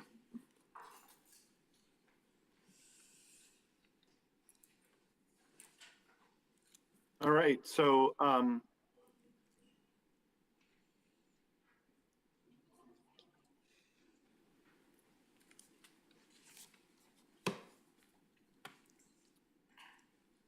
okay, so I see Melissa's up at the podium. So Melissa, just we don't have to swear you in or anything because this is not the same kind of a hearing. I just want to ask you a couple of questions about this license. And what I've described is kind of what happened here, right? That Indiana Joe's used to hold this license, is that right? Yes. And they released it contingent on Mr. Reynoso and Reynoso Properties getting the license, and then Mr. Reynoso applied for the license. Is that correct? Yes. This is also a tavern that's been closed for a period of time. Is that correct? Yes. And in fact, the 6 months for this had run out in what was it, March? Yeah, about mid-March. Okay. And you actually had some conversations, I think, with Indiana Joe's about trying to get an extension, trying to figure out what they were going to do with the license. Is that right? It was actually with the owners of the building. Okay. So the license holder actually just kind of has really done nothing as far as trying to extend the license or reopen or anything like that. Is that correct? Correct. And so the owners of the building, sort of hoping to protect a license they don't really even have, had been kind of calling you, asking about what's going to happen. Is that correct? Yes. So, and since that time now, the 6 months has passed, and they are in violation of the continuation of business ordinance. Is that correct? Correct. And you actually did tell the property owners that the guy from Indiana Joe's could apply for an extension, but that's never happened. Is that right? Yes. Okay. That's all the questions I have on this part of it. Now, and Attorney Velkner may want to add his 2 cents to the committee, but I'm going to suggest this. We are prepared to have Sergeant Yeager talk about the fitness of Mr. Reynoso to even be the agent for this business. But I don't know that we really even need to get into that, because this is not a license that's available, because it's been out for 6 months and no one from the current license holder has not actually done anything to apply for an extension. And so it's not really a license that that is available for Mr. Reynoso to have. I would submit that if you agree with that, that you should just, not grant him the license based on the fact that there is no license to give him. And then he can make a presentation along with anybody else, at a future meeting. And at that time, we can get into whether he's fit. But rather than getting into the fitness issues now, I think one way to deal with this is to just deal with that part. Now, if you decide you want to hear the fitness issues, I'm happy to go ahead with that. But I guess I'll throw that to the council first.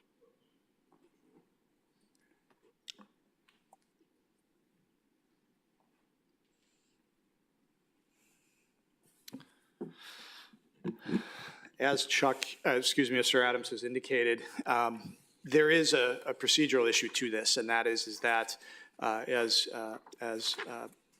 Ms. Fassbender has testified to, is that there isn't a license to be had here under the cessation of business ordinance that Mr. Adams indicated. So in the context of dealing with the decision, the committee has to consider whether there's actually a license to be had. And based on the testimony, unless there's something opposing that or different from that, I don't believe there's a license to be had here. Now, that notwithstanding, if the committee wishes to hear a full presentation of fitness for any license on this basis, as Mr. Adams had indicated, he's certainly willing to proceed on that basis and has the Sheboygan Police Department officers here to date to do that.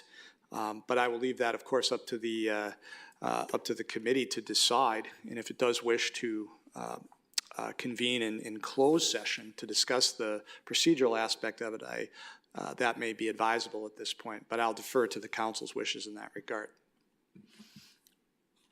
Can I just in light of what just occurred with the other license, it's the same thing. It was the similar situation, or as far as the license expiring, and this is clearly a license that is expired. I don't foresee us really needing to proceed beyond the fact that we just would just go beyond, it's not available. Right. And Alderperson Decker, as Mr. Adams indicated too in his statements, is that Mr. Reynoso can certainly put himself into the pool of persons seeking available licenses that the city may have available upcoming. And certainly the same fitness issues and so forth would be applicable in those proceedings as a new application. So that's certainly an option, both procedurally and factually. We certainly can take that approach. Are there any questions from the committee? Joe? In any way, does the previous owner have any, was he supposed to let the new owner know that the license was going to expire? I'm not going to do anything for 6 months. Is that knowledge that he should have given to the person that wanted to have that license? Or if he bought that property or bought the business knowing he was going to get the license, the guy he bought it from really let him down? Alderperson Heidemann, that's certainly a possibility in terms of I'll call it an incomplete hypothetical. We really don't know what Mr. Reynoso was told about any kind of pending transaction. But to your point, the larger point, is it a matter of diligence for the acquiring party to see if a license is available to move on with business operations? Yes, that's incumbent on both sellers and buyers in commercial transactions. Additionally, my sense of things with regard to a duty is there is no such common law duty as it pertains to diligence. That is the responsibility of the contracting parties. Now, that notwithstanding, granted, that may have been something Mr. Reynoso would have wanted to know. Thank you. Any other? Oh, Amanda. Amanda? My question is just for clarification. So what I'm understanding is that the Reynoso property purchased sort of the new space or took over that didn't actually have a license. The 6 months ended before the transaction or transition, whatever you want to say, occupation of the new building. It ended before that, correct? Is that, can I get some clarity on that? That is my understanding of Mr. Adams' presentation. Okay, It's my understanding as well. great. Do we have to? Any other questions of the committee? No, I don't think so. No, I'm okay to move forward and not hear about the fitness. I think that So we make a motion, I think. we have to make a motion. Somebody needs to, Okay. Go ahead. Oh, what kind of a motion are we looking for here? Denial of license. Do we, okay, I'll make a motion to deny the license. Second. Do we need any more discussion? All in favor, say aye. Aye. Aye. Opposed, nay. Chair votes aye, motion passes. And for clarification for Mr. Reynoso today, because he is represented, or not represented today, and is proceeding pro se, I think it's incumbent on us as a committee to inform him of what the decision means. Mr. Reynoso, what has occurred here today is a procedural aspect of this has not been met. That means that there was not a license for you to obtain at the time you sought it. You are welcome, as Mr. Adams had indicated, you are welcome to seek a license in the greater pool, which is probably a group of applicants that may wish to have a limited number of different licenses. You are welcome to make application for that. There's nothing prohibiting you or precluding you from doing that. But for purposes of obtaining the license that the prior property owner and operating entity had, that is not available for you because it had long expired. Do you understand? Yes, we closed on the building April 29th. As she said before, the license was due in May, and I applied for it. And I got denied, then I went through another meeting to try to get going, so that's what I'm doing here, is to try to get my application approved. It's the same analysis. Yeah, and I would just, for the committee, you know, we will, obviously, there are now going to be at least these 2 available licenses, and sometimes others pop up at this time of year. I don't know whether any will, but we will hold, as we typically do early in July, at that first meeting in July, we'll hold presentations, and Mr. Reynoso can come, Mr. Benelli can come, anybody else can come and present for the available licenses. So if you're seeking that license, you're welcome to present your case to be awarded any one of the remaining available licenses. Okay, so if my application was denied due to some things that I had on my background that were years ago, am I gonna have the same issue when I come back for the presentation? I cannot answer that, I don't know. Mr. Reynoso, you may want to give me a call again if you have questions about, what the city's position is going to be going forward. Just give me a call on another day. Right, I'm not in a position to tell you what the committee would do or could conceivably do with regard to any application or any one seeking that license. I would not be in a position to tell you that.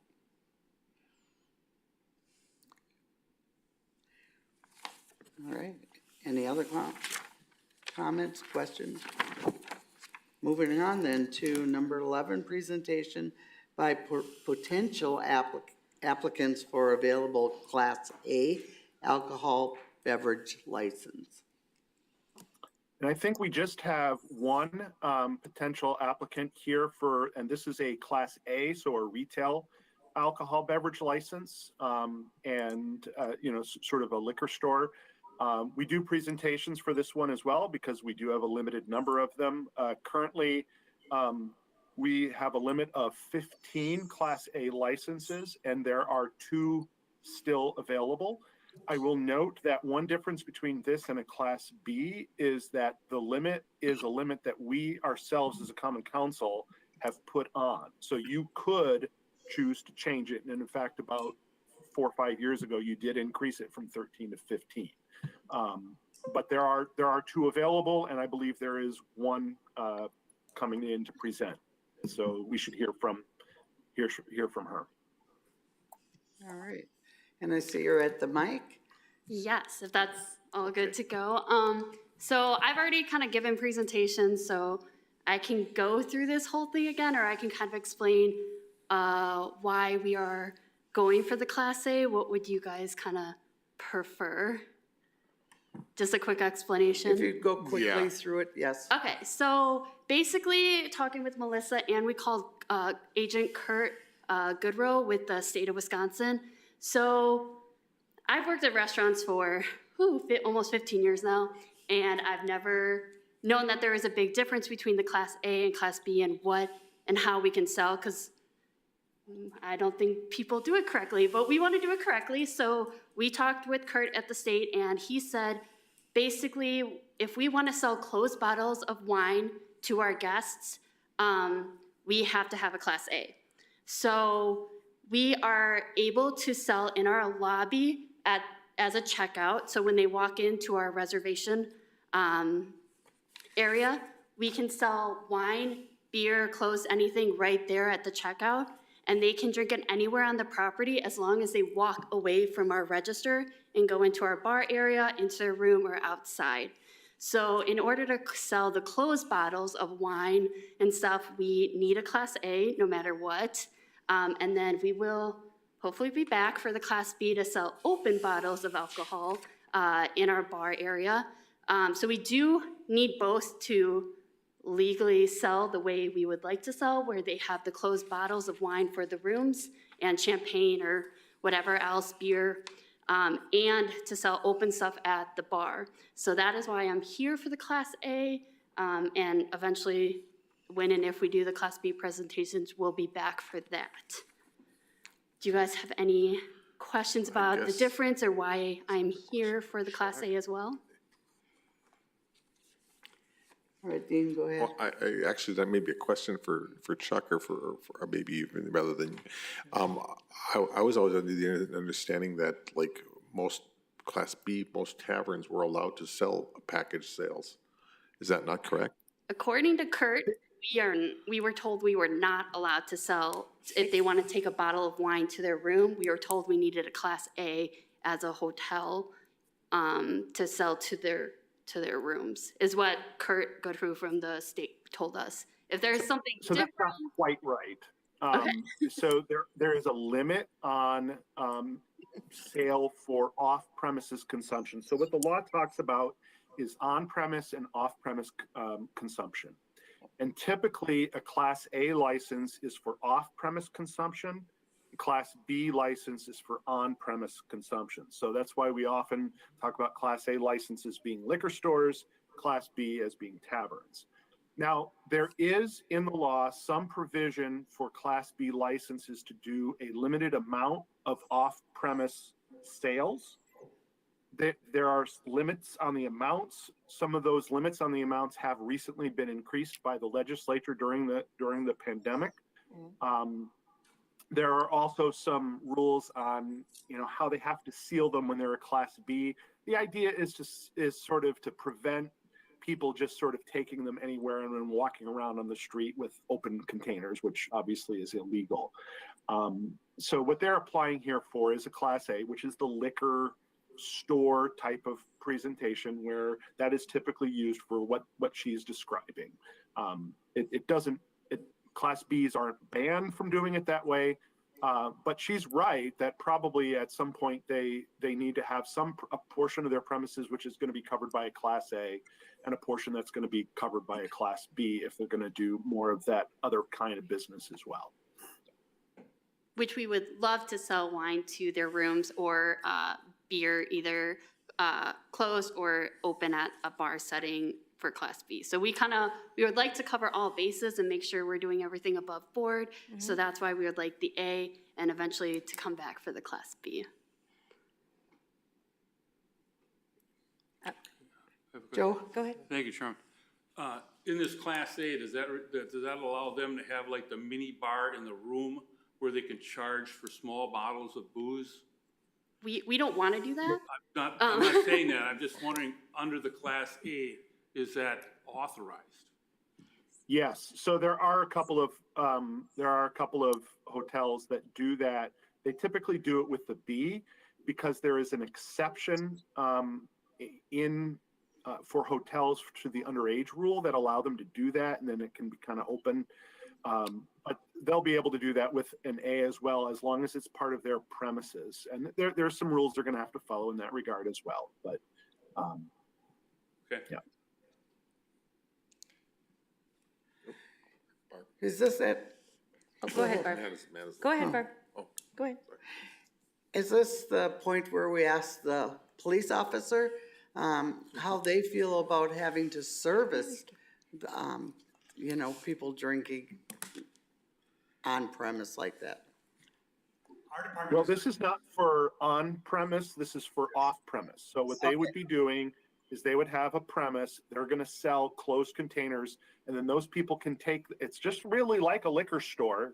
Right. It's just going to be like a little store in their lobby or whatever. I haven't seen the plans, but it's really no different than any other kind of liquor store. Now, you might want to ask the police department what they think about that, but it's not really for drinking on premise. It's for off premise. Yes. Well, if they buy it and then take it up to their room, and they have bought enough, they may get rowdy. There may be problems. So that's why. I'd point out the liquor store a block away as well. Not even a block. There's multiple. Yeah.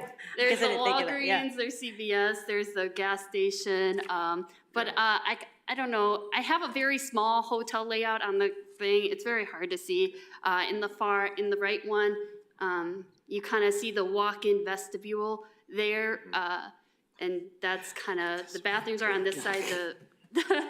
The bathrooms are on what side? The bathrooms are on the right side, so the left side is right when you walk in there is our checkout reception desk, which will have a display cooler, etc. right there. That's where they would do the on-site buying, and then everywhere outside of just that little area is Off-premise. so right here, I don't know if you could see my mouse, that's the reception desk where we would sell. And then everything outside of this like little area is where we were told they could take that and drink as long as they were outside of this like area that they walk in on. So the top corner up there, That's the bar. that's a bar. Got it. Yeah. That looks like a check-in. Oh, no, so this is the bar, this is our fireplace, this is like our seating area, and that's like the window to the river. Okay. So this right here is our reception desk / sale area.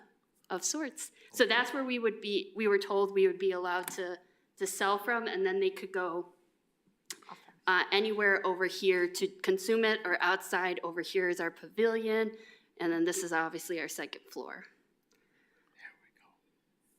I do have a follow-up question, but I don't want to jump in front of anybody else. Okay, well, I have one question. Amanda? So with the store, it shows like 2 doors to get in. I'm assuming there's like, is it key cards to get in, or is it, that's my first question. It'll be open for certain hours. We're thinking 10 o'clock, the outside doors will lock and you will need a key card. So ours are on our phone. So they'll need to present their phone to the reader to get in. So, but the Class A will have to follow liquor store rules and not be able to sell 9. after? Okay, great. Yeah, like it'll be done at 9, like Okay. a normal Class A, yeah. Great, that was it. Thank you. Chuck? Yeah, Amanda kind of got at the questions that I had. We do have a policy statement on the issuance of original Class A intoxicating liquor licenses that you as a committee have passed. And I just want to make sure, I can't see the little presentation you made. It's just too small on my screen. But let me just ask this. You will have a separate segregated interior space for the display and sale of the intoxicating liquor that provides limited access such that there is just one entrance and exit to and from the liquor area. Is that correct? No. Like there's one entrance to like our, it's all behind our reception desk. So nobody can get to it unless they go into our reception desk area, which is just like a normal reception desk that you have there's like a little cutout that they have to go into.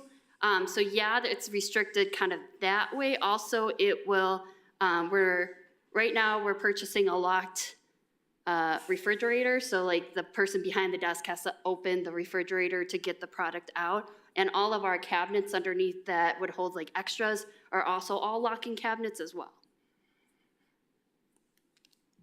So to the committee, I'm going to suggest this. What you're deciding here is not whether to grant the license. You're deciding whether to allow her to apply for the license. I think there may be some issues that they are going to need to work through about the rules for Class A licenses. Okay. That might cause you to not grant the license once they apply. I don't see, unless you have concerns about numbers of licenses and things like that, I don't see an issue not to allow them to apply. But I think they need to probably review the policy and make sure that they're going to comply, because the city does have a very specific policy on the layout of a Class A premises. And we're willing to comply with anything. I've worked in liquor departments at stores before, so I kind of know at least the basics of how grocery stores sell it.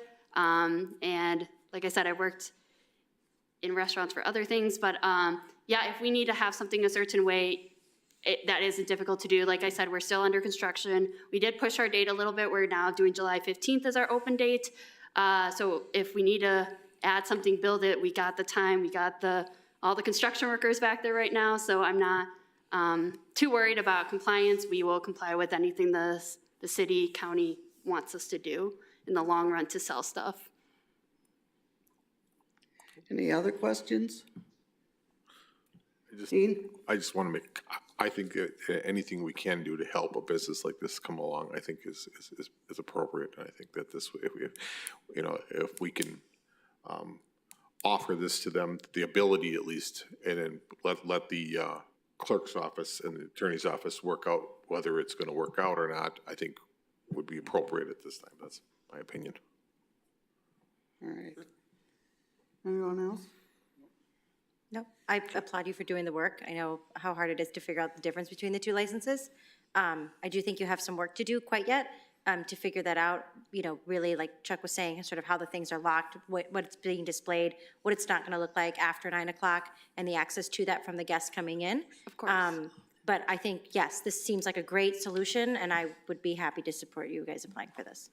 Yeah, we'll definitely deal with the attorney's office, city clerks, whoever. If we need to change something about our layout to make it work, we're open and up to it. I'd like to make a motion to allow them to apply for the license. Second. Is there any other discussion, questions? Okay, all in favor, say aye. Aye. Opposed, nay. Chair votes aye. Motion passes. You're allowed to apply. Thank you. Okay.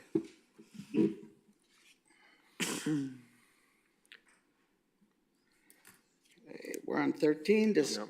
14. Nope, sorry, 14. Re- No, that was it, res- we did Nope, the, we nope. actually skipped, we went right to it, without you mentioning it. Pardon? We went right to it, because Betty made the motion. So- Sorry. Oh, 13 is correct. It is number 13. Sorry. okay, I was right, see? Yeah, yeah. Discussion and possible action regarding request from alcohol beverage license number 3333, Kohler Company Golf Course, for an extension under the city's continuation of business ordinance. So I believe there are folks from Kohler Company present in the room, or at least I heard they were going to be. Just to give you a She's little at bit of background on this, She's at the lectern already. I'm here. Yeah. I'm here, Chuck. so just to give you a little bit of a background on this, this is an application for an extension. This is a little bit different than most of the applications for extension that you normally get, because this is not an actual regular Class B liquor license. This is a reserve Class B liquor license. And reserve Class B licenses are a little bit different. We do have a cap on them. We have 19 licenses that we're allowed to give, but we only have 2 that we've actually ever given away. So there's 17 available reserve licenses. The reason most people don't apply for these, a lot of the people who come and apply for Class Bs could probably apply for them, but it does cost $10,000, and a lot of them don't want to pay that. And there are some other limitations on transfer of place and things like that. That said, our ordinance does require an extension every year, even in these cases, but the policy considerations here are such that there is no run on these. We're not running out of them. And it is the recommendation of the staff that not only do you approve this, but you as a common council have in essence basically said that as long as they continue to do the things that they need to do to try to get open at some point, that you will continue to grant them. That's part of a contract that we have as far as the pre-annexation agreement. So we are recommending that you do grant it, and there are no issues. There are 17 more available, even if you allow this extension for another year. So our recommendation is that, but you may have some questions for the representative from Kohler. And I'll just go ahead and introduce myself. I'm Barbara Klug. I'm one of the in-house legal counsel for Kohler Company. I work with Steve Westfall, who you might all know, so I'm here. He cannot be here today. So Attorney Adams did a nice job giving the background. I've got some more background facts if that would be helpful. I'm not sure how familiar you guys are with the situation, and then you can ask questions. So should I go into just a little bit more background, or are you guys familiar with the background? Somebody make the call. Yes, you could give us a little background, sure. might help. So just to add a little bit to what he was saying, so back in 2017, we were granted the 2 reserve licenses here. This ties to the new golf course that we are hopefully will be building soon.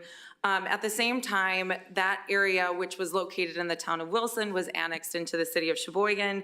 In that pre-annexation and development agreement with the city of Sheboygan is where we agreed to those 2 reserve business licenses, which apply regardless of how long construction takes.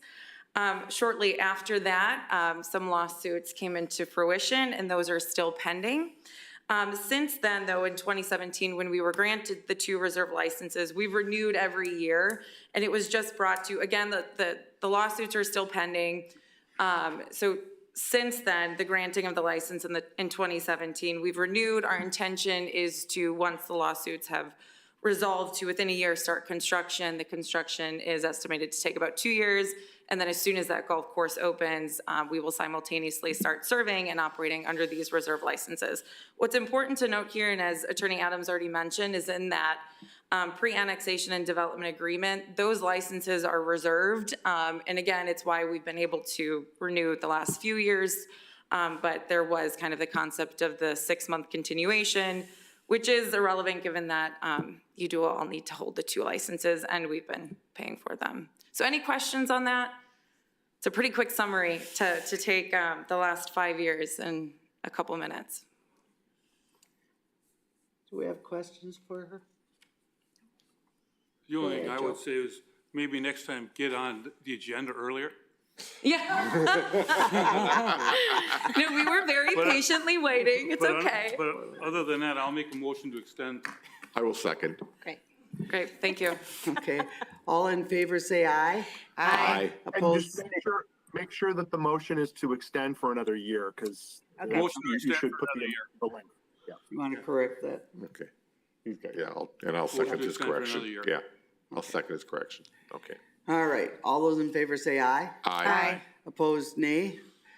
Chair abstains. Motion carried. Okay.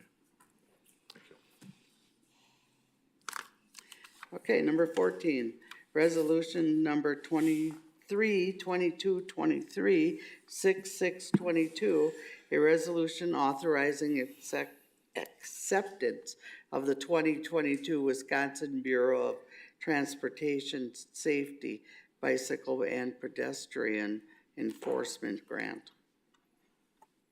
Oh, hello. Well, hopefully this is the easiest decision you have on the agenda tonight. Yeah. So this is a renewal of a grant that we received last year for $5,000, which we use to conduct pedestrian safety and traffic enforcement safety patrols, primarily in our bar district on busy nights last summer. It's an area where we've identified that we have problems with pedestrians and coming into contact with vehicles and the potential for pedestrian-involved crashes.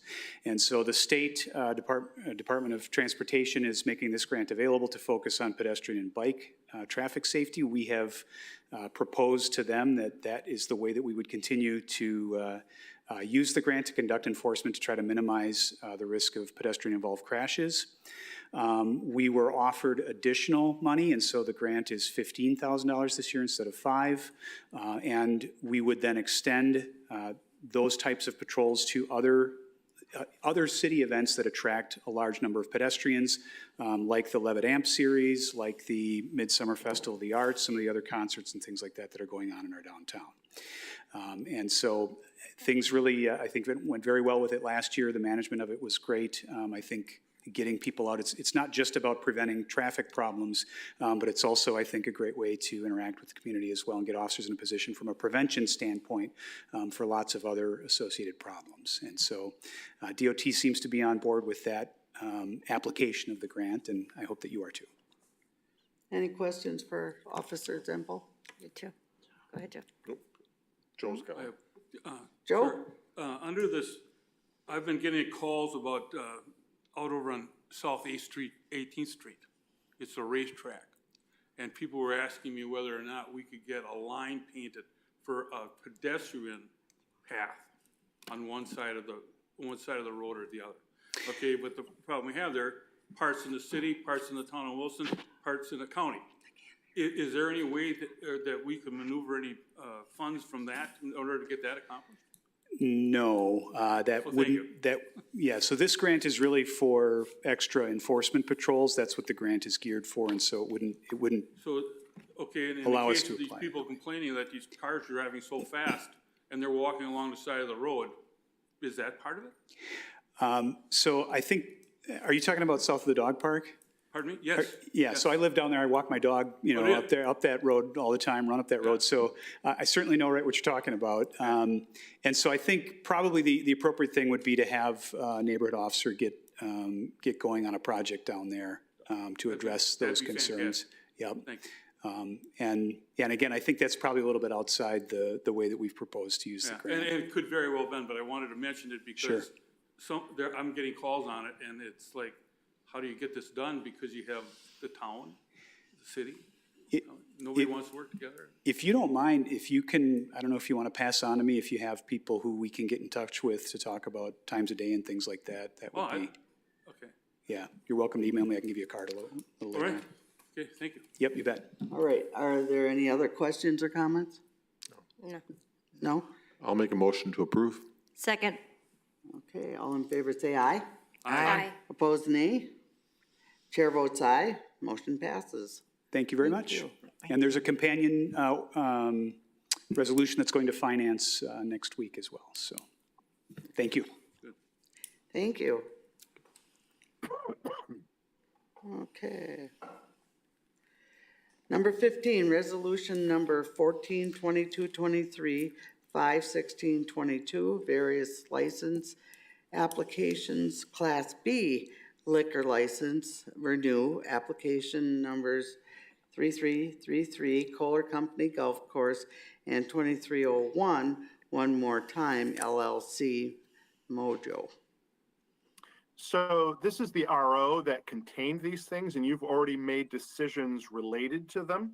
And so by granting the extension to Kohler Company and denying the renewal to One More Time LLC, you can just simply file the RO. The Kohler Company's license can be granted, and One More Time's is denied. Make a motion to file. Second. All in favor say aye. Aye. Opposed, nay. Chair votes aye, motion passes. Number 16, RO number 212223, 6622, by city clerk submitting various license applications. So I'm going to give you several separate motions to do on this. This is the large RO again that has a lot of renewal applications. So we'll go one at a time. As to license number 1764 for Mortimer's Pub Limited, which is listed on the RO as Water Street Pub, staff is recommending granting that application contingent on their correcting the application to show the correct corporate name of the entity to which the license renewal is being granted, which is Mortimer's Pub Limited. They just put their wrong corporate name on the application. They got to fix it. We recommend granting contingent on their doing that. I make a motion to grant on contingent of changing the name on the application. Second. All in favor say aye. Aye. Opposed, nay. Chair votes aye, motion passes. Okay, next, license 2088 for Walgreen Company, and it's related to their particular location at 1029 North 14th Street. This is a license that should be granted contingent upon the applicant providing an appointment of successor agent form before the license is issued. Motion to accept with staff recommendations. Second. All in favor say aye. Aye. Opposed, nay. Chair votes aye, motion passes. Sort of similar to those other two, as to license 2696 being issued to Delavan Family Restaurant, Inc. That license should be granted contingent on proper completion of the application. It's just missing some information that they need to have. We're recommending that you grant it contingent on that information being provided. Motion to grant on contingents by staff recommendations. Second. All those in favor say aye. Aye. Opposed, nay. Chair votes aye, motion passes. License number 2207 is being issued to Silver Fern LLC.